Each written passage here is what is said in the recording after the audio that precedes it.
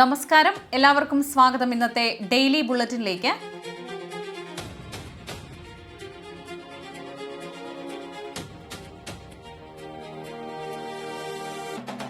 നാളെ 2026 ജൂലൈ മാസം 12-ാം തീയതി ഞായറാഴ്ച.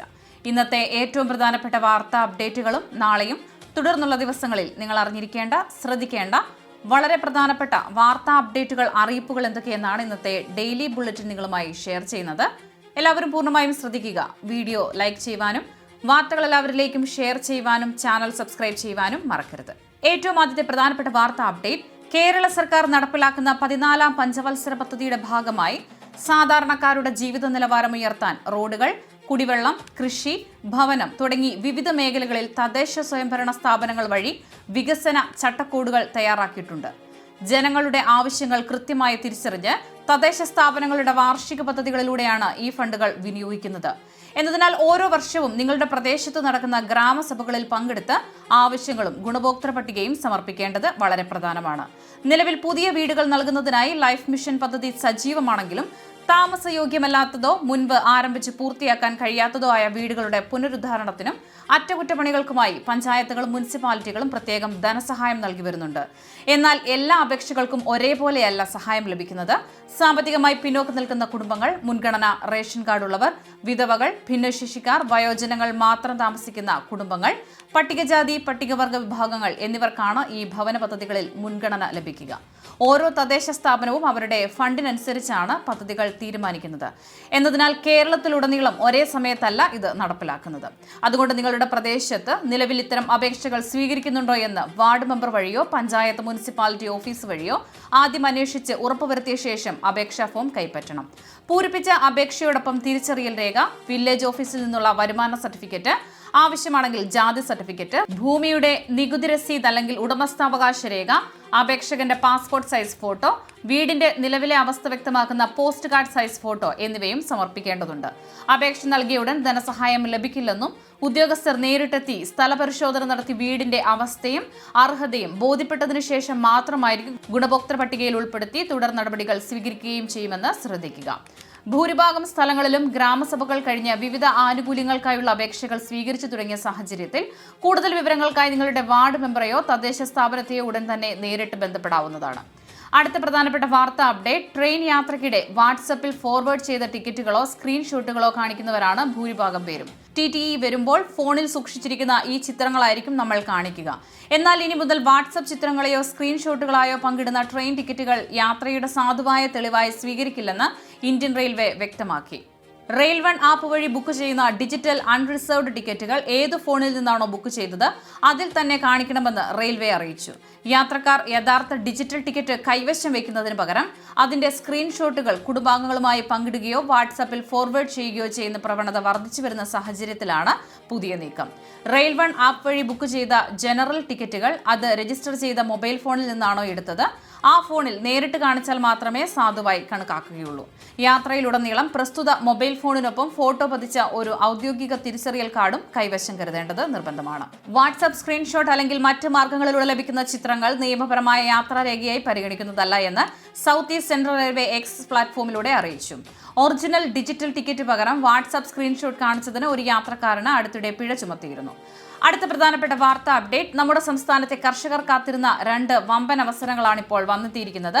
ആദ്യത്തേത് കർഷകരുടെ വിളകൾക്ക് സുരക്ഷിതത്വം ഉറപ്പാക്കുന്ന കാർഷിക വിള ഇൻഷുറൻസ് പദ്ധതിയാണ്. ഈ ജൂലൈ മാസം 31-ാം തീയതിക്ക് മുൻപായി കർഷകർ ഇൻഷുറൻസ് എടുക്കാൻ പ്രത്യേകം ശ്രദ്ധിക്കേണ്ടതാണ്. അടുത്തുള്ള ഓൺലൈൻ സർവീസ് സെന്ററുകളുമായി ബന്ധപ്പെട്ടാൽ ഇതിനാവശ്യമായ എല്ലാ മാർഗനിർദ്ദേശങ്ങളും നിങ്ങൾക്ക് ലഭിക്കും. രണ്ടാമത്തേത് കാർഷിക യന്ത്രവൽക്കരണ ഉപപദ്ധതിയിലൂടെ സബ്സിഡി നിരക്കിൽ കാർഷിക ഉപകരണങ്ങൾ ലഭ്യമാകുന്ന വമ്പൻ സ്കീമാണ്. ജൂലൈ 15-ാം തീയതി രാവിലെ 11 മണി മുതൽ ഇതിനായുള്ള ഓൺലൈൻ രജിസ്ട്രേഷൻ ആരംഭിക്കുന്നതാണ്. ആദ്യം അപേക്ഷിക്കുന്നവർക്ക് ആദ്യം മുൻഗണന എന്ന രീതിയിലായതുകൊണ്ട് തന്നെ താല്പര്യമുള്ളവർ തുടക്കത്തിൽ തന്നെ രജിസ്റ്റർ ചെയ്യാൻ ശ്രദ്ധിക്കുക. ഈ പദ്ധതി വഴി വ്യക്തിഗതമായി അപേക്ഷിക്കുന്ന കർഷകർക്ക് 40% മുതൽ 50% വരെ സബ്സിഡി ലഭിക്കുമ്പോൾ കാർഷിക കൂട്ടായ്മകൾക്കും ഗ്രൂപ്പുകൾക്കും 80% വരെ സാമ്പത്തിക സഹായം ലഭിക്കുന്ന സ്കീമുകളുമുണ്ട്. നിങ്ങൾ വാങ്ങാൻ ഉദ്ദേശിക്കുന്ന കാർഷിക ഉപകരണം വിൽക്കുന്ന അംഗീകൃത സ്ഥാപനവുമായി ബന്ധപ്പെട്ടാൽ ആ സ്ഥാപനം വഴി തന്നെ നിങ്ങൾക്ക് അപേക്ഷകൾ സൗജന്യമായി സമർപ്പിക്കാവുന്നതാണ്. ഇഷ്ടപ്പെട്ട ഉപകരണം തിരഞ്ഞെടുത്ത് അതിന്റെ വില കൃത്യമായി പരിശോധിച്ച് പകുതി വിലയ്ക്ക് സ്വന്തമാക്കാൻ ഈ സംവിധാനത്തിലൂടെ സാധിക്കും. ചിലപ്പോൾ ഉപകരണത്തിന്റെ മുഴുവൻ തുകയും കർഷകർ ആദ്യം അടയ്ക്കേണ്ടി വന്നേക്കാം. അതിനുശേഷം സബ്സിഡി തുക ഗുണഭോക്താവിന്റെ ബാങ്ക് അക്കൗണ്ടിലേക്ക് നേരിട്ട് എത്തുന്ന രീതിയിലാണ് ഇതിന്റെ പ്രവർത്തനം. കൂടുതൽ വിവരങ്ങൾക്കും സംശയ നിവാരണങ്ങൾക്കുമായി അടുത്തുള്ള കൃഷിഭവനുമായോ കാർഷിക ഉപകരണ വിതരണക്കാരുമായോ ബന്ധപ്പെടാവുന്നതാണ്. അടുത്ത പ്രധാനപ്പെട്ട വാർത്താ അപ്ഡേറ്റ്. സംസ്ഥാനത്ത് ക്ഷേമ പെൻഷൻ വാങ്ങുന്നവരുടെ മസ്റ്ററിംഗ് തീയതി ഇതുവരെ ആയിട്ടില്ലെങ്കിലും മസ്റ്ററിംഗ് തുടങ്ങി എന്ന ധാരണയിൽ ഒരുപാട് ആളുകൾ ഇപ്പോൾ ഓൺലൈൻ സർവീസ് സെന്ററുകളിലും അക്ഷയ കേന്ദ്രങ്ങളിലും എത്തിച്ചേരുന്നുണ്ട്. നല്ല മഴക്കാലമായതുകൊണ്ട് തന്നെ ഈ ഒരു സമയത്ത് പ്രത്യേകിച്ച് പ്രായമായവർ അനാവശ്യമായി അക്ഷയ കേന്ദ്രങ്ങളിലേക്ക് യാത്ര ചെയ്യുന്നത് ഒഴിവാക്കാൻ വേണ്ടിയാണ് ഈ ഒരു അറിയിപ്പ് നൽകുന്നത്. മസ്റ്ററിംഗിനെ സംബന്ധിച്ച് സർക്കാരിന്റെ ഭാഗത്തു നിന്നും ഇതുവരെ ഔദ്യോഗിക അറിയിപ്പുകളൊന്നും വന്നിട്ടില്ലാത്തതിനാലും പുതിയ ഗവൺമെന്റ് ആയതുകൊണ്ട് തന്നെ ഇത്തരം കാര്യങ്ങളിലെ ഉത്തരവുകൾ വരാൻ ചിലപ്പോൾ അല്പം താമസം നേരിട്ടേക്കാമെന്നതിനാലും ആരും ഇപ്പോൾ ഓൺലൈൻ സെന്ററുകളിലേക്ക് പോകേണ്ട ആവശ്യമില്ല. ചിലപ്പോൾ മസ്റ്ററിംഗിൽ ഇളവുകൾ ഉണ്ടായേക്കാനും, അതായത് മസ്റ്ററിംഗ് പൂർണ്ണമായി ഒഴിവാക്കുകയോ അല്ലെങ്കിൽ തീയതി നീട്ടി നിശ്ചയിക്കുകയോ ചെയ്തേക്കാനും സാധ്യതയുണ്ട്. കഴിഞ്ഞ വർഷം ഈ സമയത്തൊക്കെ മസ്റ്ററിംഗ് ആരംഭിച്ചിരുന്നതുകൊണ്ടാണ് ഈ പ്രാവശ്യം മസ്റ്ററിംഗ് തുടങ്ങിക്കാണുമെന്ന് കരുതി പലരും ഈ സംശയമുണ്ടായത്. സർക്കാരിൽ നിന്ന് കൃത്യമായ ഔദ്യോഗിക അറിയിപ്പ് വരുന്ന സമയത്ത് തന്നെ നമ്മൾ വീഡിയോയിലൂടെ നിങ്ങളെ അറിയിക്കുന്നതായിരിക്കും. ആ സമയത്ത് മാത്രം നിങ്ങൾ മസ്റ്ററിംഗ് ചെയ്താൽ മതിയാകും. ഇനി മറ്റൊരു പ്രധാന കാര്യം, എല്ലാവരും ജൂലൈ മാസത്തിലെ പെൻഷനാണ് കാത്തിരിക്കുന്നത്. ഈ ജൂലൈ മാസം നമുക്ക് ഒരു ഗഡു മാത്രമായിരിക്കും ലഭിക്കുക. 2 മാസത്തെ പെൻഷൻ തുകയായ 4000 രൂപ ഒരുമിച്ച് ജൂലൈ മാസം എത്തുന്നു എന്ന തരത്തിൽ ചില പ്രചാരണങ്ങൾ നടക്കുന്നുണ്ട്. എന്നാൽ അത്തരത്തിലുള്ള യാതൊരുവിധ ക്രമീകരണങ്ങളും സർക്കാർ നിലവിൽ ചെയ്തിട്ടില്ല. ഓരോ മാസവും ലഭിക്കേണ്ട 2000 രൂപ വീതമുള്ള ഗഡുക്കളാണ് ഇപ്പോൾ വിതരണം ചെയ്തുകൊണ്ടിരിക്കുന്നത്. പെൻഷൻ വർധനവ് സർക്കാർ എത്രയും വേഗം പരിഗണിക്കുമെന്ന് ഉറപ്പു നൽകിയിട്ടുണ്ടെങ്കിലും അതിന്റെ തീയതികൾ പ്രഖ്യാപിച്ചിട്ടില്ല. നിലവിൽ തുക ലഭിക്കുന്നത് എല്ലാ മാസത്തിന്റെയും അവസാന ആഴ്ചകളിലായിരിക്കും. അത് സാധാരണ ലഭിക്കുന്നത് പോലെ തന്നെ തുടർന്ന് കിട്ടുകയും ചെയ്യും. നിലവിൽ പ്രതിമാസം 2000 രൂപ വീതം ലഭിക്കുന്ന ലക്ഷക്കണക്കിന് വരുന്ന ഗുണഭോക്താക്കൾക്ക് ഉത്സവ ചെലവുകൾക്കായി പ്രത്യേക ആനുകൂല്യങ്ങൾ ലഭിക്കുമോ എന്നാണ് അറിയേണ്ടത്. മുൻകാലങ്ങളിൽ ഓണത്തോടനുബന്ധിച്ച് 2 മാസത്തെ പെൻഷൻ തുക ഒരുമിച്ച് നൽകുകയോ അല്ലെങ്കിൽ നിലവിലുള്ള കുടിശ്ശികകൾ പൂർണ്ണമായും തീർത്ത് ജനങ്ങളിലേക്ക് എത്തിക്കുകയും ചെയ്ത മാതൃകകൾ നമ്മളുടെ മുന്നിലുണ്ട്.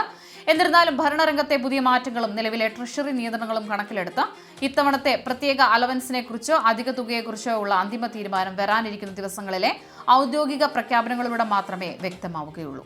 അടുത്ത പ്രധാനപ്പെട്ട വാർത്താ അപ്ഡേറ്റ്. സംസ്ഥാനത്തെ വെള്ള നീല റേഷൻ കാർഡ് ഉടമകൾക്ക് പിങ്ക് കാർഡിലേക്ക് മാറുന്നതിനുള്ള ഓൺലൈൻ അപേക്ഷകൾ ജൂലൈ 17 വരെ സമർപ്പിക്കാവുന്നതാണ്.